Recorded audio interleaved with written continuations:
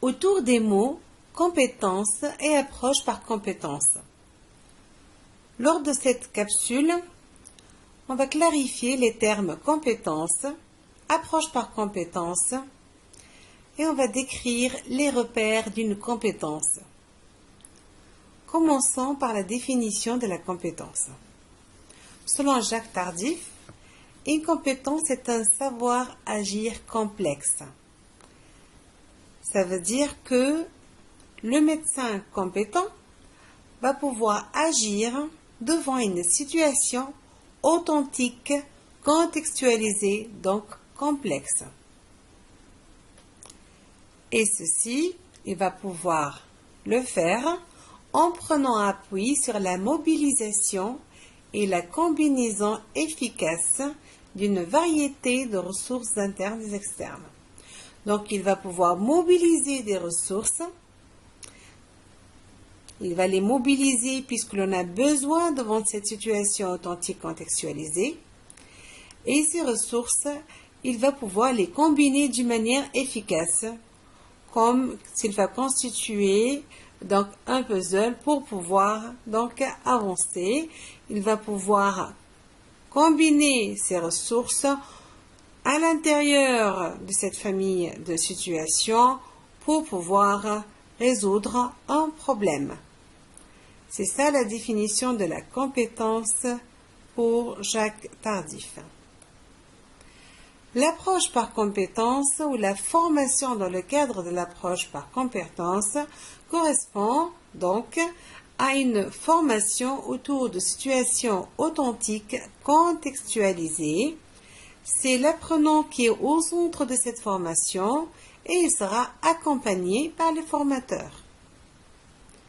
Tout au long de cette formation, il va pouvoir évoluer vers les attendus d'une formation. Donc, il va pouvoir réaliser une progression dans le déroulement de la formation. Tous ces termes-là, donc situation authentique, centrage sur l'étudiant, accompagnement et progression, correspondent à des repères. Il s'agit des repères d'une compétence. Concernant cette progression, donc, à partir d'un prérequis, il y aura un déroulement de la formation dans le temps avec un enchaînement donc des activités pédagogiques et une progression pour pouvoir accéder donc à l'attendu de la formation. Cet attendu de la formation est bien précisé dans un référentiel de compétences. Donc, cet apprenant à partir d'un prérequis, il va pouvoir acquérir des compétences qui sont bien définies dans le référentiel des compétences. Ceci est très important lorsque les finalités sont bien analysées et bien décrites, puisqu'on va pouvoir faire le déroulement de la formation d'une manière plus organisée et enchaînée, pour donc atteindre efficacement les finalités de la formation. Ce référentiel de compétences, donc, comme on l'a dit, correspond aux attendus d'une formation et il correspond donc à un sommet parmi les trois sommets d'un triangle dans lequel donc on va avoir le référentiel de ces compétences pour pouvoir faire cette formation et l'autre sommet qui est aussi très important correspond aux évaluations puisque à partir d'un prérequis on aura une progression donc dans le temps et on va pouvoir atteindre efficacement les finalités de la formation.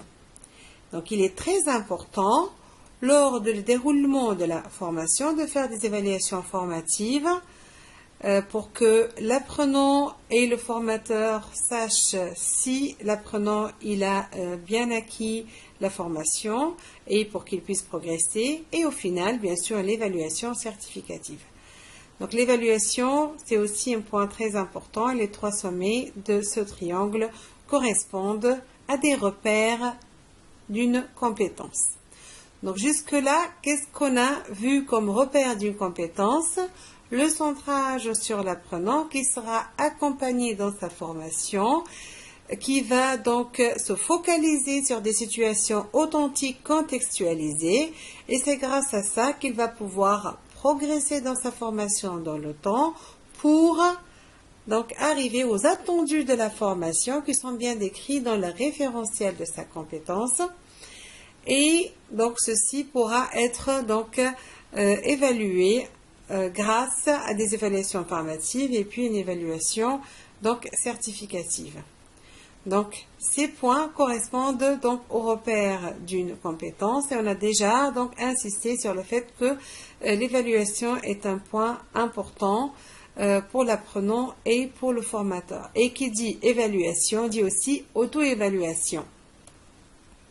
Cette auto-évaluation permettra à l'apprenant de développer ses activités professionnelles avec un esprit critique, et donc permettra à cet apprenant de faire de l'autorégulation. Il va se corriger soi-même, et c'est grâce à ça qu'il va acquérir l'autonomie.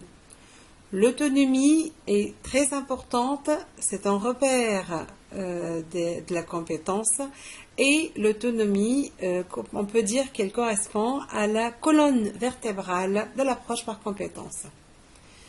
Ceci, puisque le niveau de compétence est fonction du niveau d'autonomie de l'apprenant. Et là, il s'agit d'éléments très importants, l'auto-évaluation, l'autonomie, et puisque c'est très important, c'est donc indiqué d'évaluer cette auto-évaluation. Notre apprenant, il fait de l'auto-évaluation pour devenir autonome, mais est-ce qu'il est en train de bien faire cette auto-évaluation? Il faut bien donc le vérifier, évaluer l'auto-évaluation. Ça permettra d'évaluer le niveau de développement de l'autonomie et de l'accompagner, de l'encadrer pour améliorer son auto-évaluation, donc son autorégulation et son autonomie, pour pouvoir donc acquérir les compétences requises. Donc jusque-là, qu'est-ce qu'on a vu comme repère d'une compétence? Donc il s'agit d'une formation centrée sur l'apprenant qui sera accompagnée par son formateur autour de situations authentiques contextualisées. Ceci lui permettra de progresser dans le temps, dans le cadre donc, du déroulement de cette formation, pour pouvoir acquérir des compétences qui sont bien décrites dans le référentiel de compétences. Et grâce à l'évaluation et à l'auto-évaluation, il va pouvoir donc avancer, progresser, vérifier qu'il est dans le droit chemin pour accéder à l'acquisition des compétences. Et donc donc cette auto-évaluation qui correspond pédagogiquement au terme donc pratique réflexive, c'est que il va pouvoir revivre chaque situation authentique vécue avec donc un regard extérieur, avec une distanciation pour se voir soi-même lors de cette situation en train d'agir, qu'est-ce qu'il est en train, donc qu'est-ce qu'il a dit, qu'il n'a pas dit, qu'est-ce qu'il a fait, qu'est-ce qu'il n'a pas fait. Donc il va pouvoir donc avoir une démarche réflexive et un regard critique sur sa propre conduite, sur ses actions et ses pensées lors de cette situation authentique. Et ceci donc permettra à l'apprenant d'intégrer cette expérience, ce vécu, et de pouvoir s'améliorer. Pour vous étendre plus dans la pratique réflexive, je vous invite à visualiser l'enregistrement et vous pouvez donc accéder à cet enregistrement en tapant l'IRL indiqué dans la diapositive. Donc cette auto-évaluation permettra d'avoir une régulation et donc une autonomie qui, comme on l'a dit, donc est un repère très important dans le cadre de l'approche par compétences.